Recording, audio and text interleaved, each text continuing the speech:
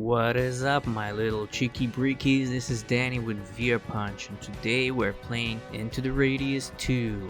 Into the Radius 2 is developed and published by CM Games. It is the much anticipated sequel to the successful VR game Into the Radius. As a big fan of the first installment, I was excited to dive into the early access version of the sequel. While it's important to note that early access is limited and not a fully representation of the final game, it provides a substantial preview with 2 maps, a base area, limited weapons, and some closed-off areas still in development.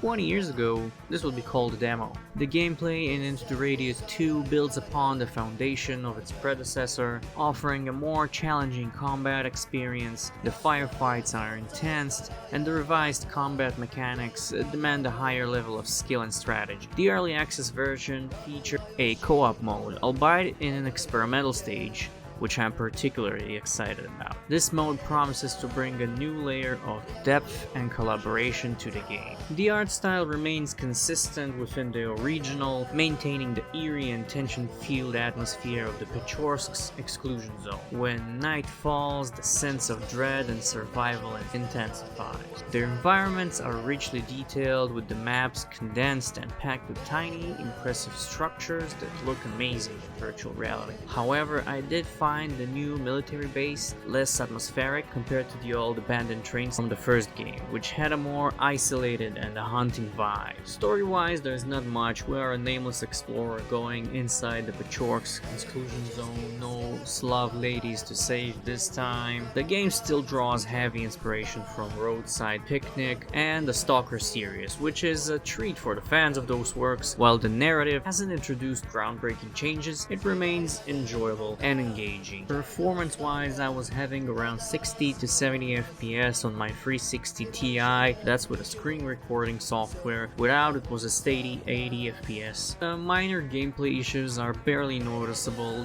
The mechanics have been slightly simplified, such as the inability to drop your anomaly detector and the limited but less necessarily pro. This makes the game a bit easier compared to its predecessor. However, I found the new pouch system pretty basic and I would prefer a more customizable option. In conclusion, s.t.a.l.k.e.r 2 in early access offers a promising continuation of the series. While it doesn't bring anything groundbreaking, it builds upon the strengths of the original and remains an enjoyable VR experience. I was just waiting for something a bit more like this. This feels like it could have been a DLC. Fans of the first game and newcomers alike will find plenty to appreciate. I look forward to seeing how the game evolves as it moves towards full release. As of now, I wouldn't buy it at this state. If you're a newcomer, it's better to get the first game and enjoy it. Overall, Into the Radius 2 shows potential, and I wait the full release to explore all it has to offer. This was Danny with VR Punch, out.